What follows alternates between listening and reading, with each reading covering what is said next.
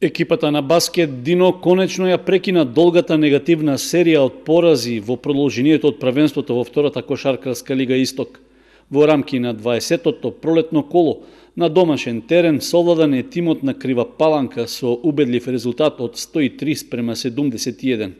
Со тоа, по подолг период, кочанските кошаркари ја почувствуваа радоста од победата, но и задоволството што прокнижија нови бодови во борбата за задржување на средината на табелата.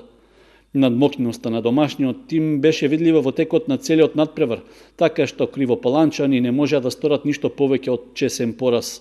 Во моментот баскет Дино е на 6-та позиција со 20 бода, но и 3 надпревари повеќе во однос на конкурентот Баскет Кам.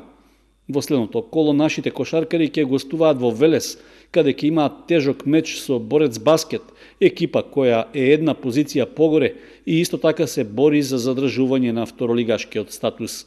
Освен кошаркарите, активни беа и кочанските фудбалери, иако во првенството на третата лига Исток, трета недела поред нема првенствени средби.